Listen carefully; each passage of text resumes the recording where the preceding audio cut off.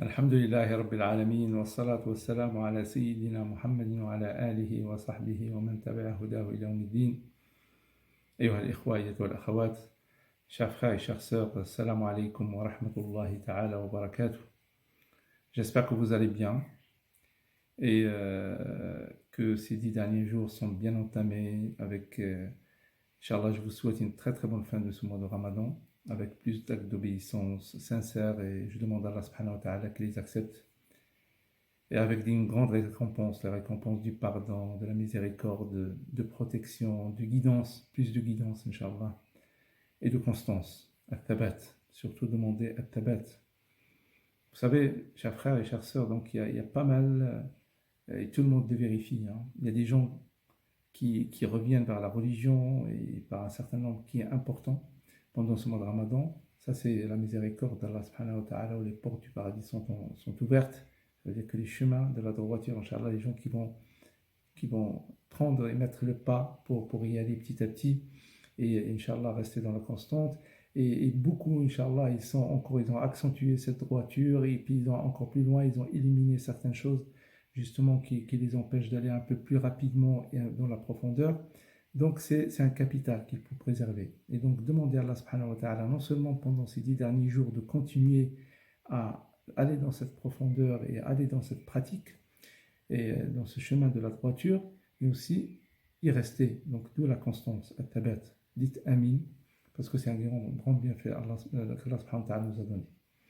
J'ai intitulé la vidéo d'aujourd'hui se recommander mutuellement la vérité et la patience. At-tawasi bil-haqq wa bis-sabr. C'est tiré du dernier verset du surat Al-Asr. Et justement, avant d'arriver à ce niveau-là d'explication de mon propos d'aujourd'hui, on va travailler cette sourate Al-Asr qui est connue par tout le monde, la sourate Al-Asr qui est la 103e sourate du Coran, il y en a 114, et donc c'est parmi les petites sourates à la fin qui est connue par une grande majorité des musulmans et aussi les petits. Très facile à apprendre, mais elle était qualifiée d'un exemple d'exhaustivité, incomparable au niveau d'exhaustivité du contenu, parce qu'elle est courte, en 3 versets, et des versets qui sont très courts. D'ailleurs, le premier, c'est 2 mots, wal asr, et elle est très, très, très dense et très exhaustive, concise. L'imam al-Shafi'i, qui est à l'origine de l'école al-Shafi'ite, l'école de jurisprudence shafi'ite, aura dit que si les gens respectaient cette sourate comme il se doit, elle serait suffisante pour les guider. Dans les gens, donc individus et puis collectifs aussi. Eh bien, un certain nombre de hadiths parlent de la haute estime qu'avaient les sahaba pour cette sourate, à tel point, quand ils se rencontraient, avant de se séparer, ils récitaient ensemble cette sourate, que je vais réciter maintenant en langue arabe et je vais faire la traduction, Inch'Allah, que je vais lire une des traductions. بعد أعوذ بالله من الشيطان الرجيم والعصر إن الإنسان لفي خسر إلا الذين آمنوا وعملوا الصالحات وتواصوا بالحق وتواصوا بالصبر. Par le temps, l'homme est certes en perdition, sauf ceux qui croient et accomplissent les bonnes œuvres, se recommandent mutuellement la vérité et se recommandent mutuellement l'endurance ou bien la patience. Cette sourate commence par un avertissement pour l'humanité. Allah, il prête serment par le temps. Et quand Allah, il prête serment, notamment il prête serment par une de ses créatures, une importante créature qui est le temps. Et Allah subhanahu wa ta'ala, les serments, ils sont nombreux. Il y a toute une science qui s'appelle la science des serments pour connaître tous les serments d'Allah subhanahu wa ta'ala dans le Coran. Et lui, il prête serment par ses créatures. Par contre, nous, les créatures, on ne prête serment que par notre Seigneur Allah. Par Allah, on ne prête pas serment par une de ses créatures. Par contre, lui-même, pour montrer l'importance d'une de ses créatures et puis qu'il nous pousse à méditer et aussi à le reconnaître et à le connaître à travers justement ces éléments de sa création. Il jure par le temps. Et donc, c'est un avertissement pour l'humanité. Chaque être humain, homme ou femme, court à sa perte, à l'exception de ceux qui luttent et font 4 choses. croire, faire des bonnes œuvres et se recommander mutuellement la vérité et la patience. Vous voyez, c'est très important, mais c'est lourd de sens et la compréhension, elle est importante. Donc, si on va plus loin déjà dans le mot en langue arabe, de mot al-asr. Al-asr, directement, on peut dire c'est le temps. Et c'est l'explication généralement donnée, mais j'aimerais faire une nuance, effectivement. Le temps, al-asr, il est différent du temps absolu, qu'on appelle ad-dahr.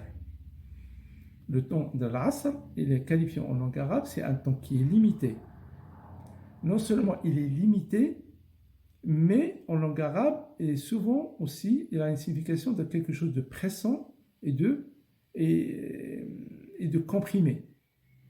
Donc Allah subhanahu wa ta'ala jure par un temps limité, pressant et comprimé, pour que nous puissions tirer le maximum de notre temps limité autant que possible. Allah nous demande également aussi de réfléchir au temps qui passe.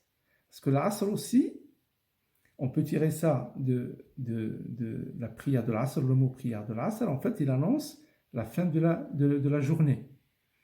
Donc, quand le jour tire à sa fin et se termine, c'est tel un jour déclinant. Donc, Allah nous dit que notre temps est court et limité, pressant et aussi comprimé, et si nous n'en tirions pas le meilleur parti, nous serons certainement des perdants. En vérité, Allah nous dit, nous sommes en perdition si on ne voit pas que notre vie, c'est un temps. Et notre vie, c'est quoi? C'est quelques heures, quelques jours, quelques mois, quelques années. C'est ça notre vie. Et c'est un investissement. On investit pour le delà. Et si ce temps-là, on ne l'investit pas à bon escient, ben on est perdant dans le delà. Et le delà, c'est blanc ou noir. C'est paradis ou enfer, il n'y a pas le choix. Donc il faut faire attention. Et quel est le sens de la perdition? Si justement c'est cela, on perd le delà. Parce que si on n'investit pas de ce temps-là à bon escient, on est perdant. Et aussi, on perd la tranquillité et la paix dans la vie ici-bas. La meilleure tranquillité, la meilleure paix, c'est quand on a la foi dans notre cœur et on accomplit les bonnes œuvres qui font fructifier cette foi, qui font l'illustrer pour l'embellir dans notre cœur, et on se détourne de ce qui peut entacher justement sa tranquillité pour revenir à Allah subhanahu wa ta'ala avec un cœur qui est paix ou bien un cœur qui est salim, qui n'est pas entaché. Et ça, c'est important de le comprendre. Donc c'est ça, pour éviter cette perdition, Allah il nous donne 4 indications. Et donc 4 traits de caractère qu'on va observer et Inch'Allah on va détailler. Donc les 2 premiers, c'est tout d'abord إِلَّا الَّذِينَ آمَنُوا وَعَمِلُوا الصَّالِحَاتِ. La première chose, c'est croire, la bonne croyance en l'islam, l'islam qui est la religion de Dieu depuis la nuit des temps. Tous les prophètes qui sont venus avec la même religion qui est l'islam, de se soumettre à Dieu, s'abandonner de manière confiance à Dieu, unique, un et indivisible, et aspirer à avoir les qualités, parce qu'on est créé à l'image de Dieu, être la bonté, répondre la justice sur terre. Et faire les bonnes œuvres en conséquence selon la méthodologie du prophète alayhi salatu wassalam. Donc l'iman wa l'amal as-salih, la foi et les bonnes œuvres, et se détourner des mauvaises actions. Voilà globalement, avec la notion de tawba, et demander à Allah subhanahu wa ta'ala pardon quand on fait justement les erreurs. Donc c'est ça les 2 premiers traits de caractère. Et je reviendrai à cette notion de l'amal salih pour bien la comprendre, parce que ce n'est pas que les actes d'adoration, mais c'est un sens qui est global de l'adoration. Maintenant, je viens au numéro 3, au numéro 4, qui font l'objet de mon propos d'aujourd'hui, et je ferai une conclusion à la fin. Le 3e trait de caractère, c'est se conseiller, ou bien s'encourager, se recommander mutuellement la vérité, ou bien s'accrocher ensemble à la vérité, al-haqq. Et le haqq, c'est le chemin de la droiture, mais il englobe aussi d'autres éléments. La droiture, le haqq, c'est le fait que Allah est haqq. La croyance en Allah, c'est haqq, c'est la vérité. La droiture, c'est le chemin de haqq. Se détourner des mauvaises choses, c'est al-haqq. Mais aussi la justice et le haqq. Allah subhanahu wa ta'ala dit dans le Coran Inna Allah ya'muru bil 'adli wal ihsani wa ita'i dhil qurba wa yanha 'anil fahsha'i wal munkari wal baghi ya'idukum la'allakum tadhakkarun. Allah il ordonne l'adl, la justice, la bienfaisance, l'excellence, وإيتاء ذي القربى, et être bon envers les gens proches de nous. وينهى, et il interdit les turpitudes et le blâmable et l'injustice. Donc c'est répété 2 fois. Donc il ordonne la justice et il interdit l'injustice. Et ça se fait dans un aspect social. Donc il faut qu'on soit parmi les gens qui défendent la justice et qui contre l'injustice. Et ça c'est important. Donc c'est une implication dans la vie de la cité, justement être parmi les bons, être parmi les véridiques et être parmi les gens qui défendent la justice. Ne pas l'oublier. On ne vit pas l'islam dans notre coin avec des actes d'adoration comme des moines, mais on est au fond, au sein de la société, on vit en interaction avec la société et on est des références. Ainsi, on a fait de vous la communauté du juste milieu pour que vous soyez témoins sur les gens. En d'autres termes, être référent par rapport à cela, par rapport à la justice, et parce que, comme le prophète ﷺ, qu'il soit témoin sur vous, parce qu'il vous a apporté la vérité.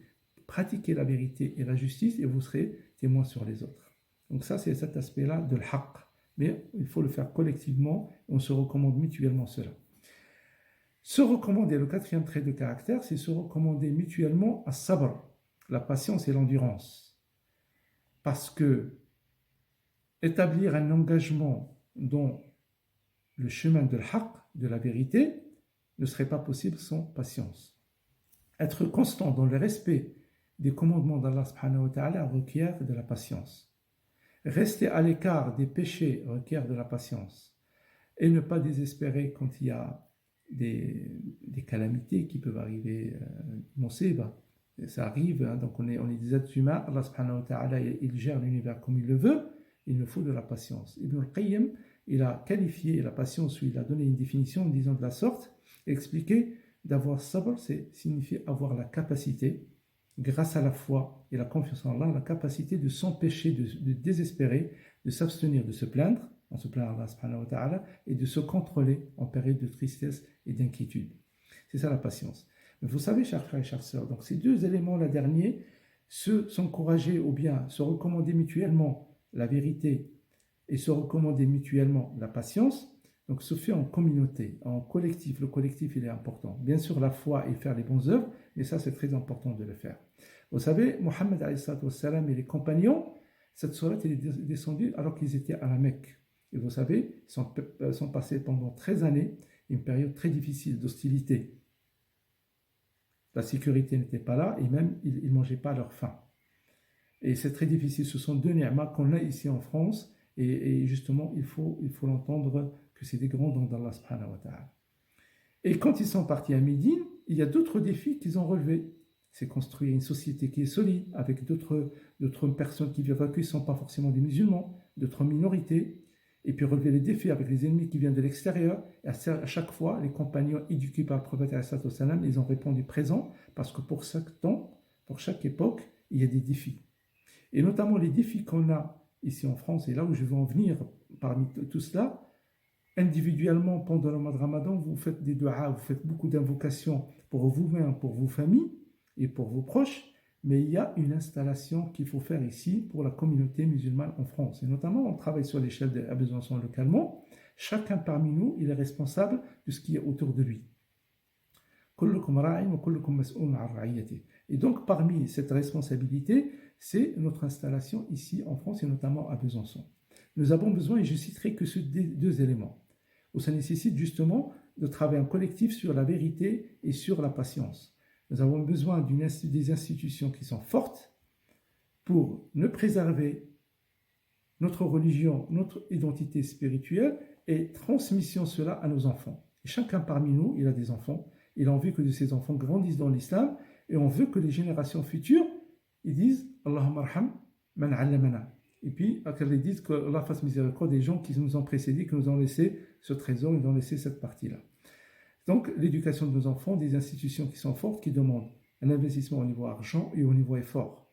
Et aussi un investissement au niveau de la société pour apporter sa contribution dans la justice, afin qu'une société soit juste et contrer l'injustice d'une manière générale. Injustice sociale, économique, les discriminations sociales, et ça nécessite une présence active des musulmans, de manière intelligente, avec une référence musulmane, avec l'éthique, parce qu'on le fait pour Dieu et ainsi on est une communauté spirituelle qui contribue pour le sort commun.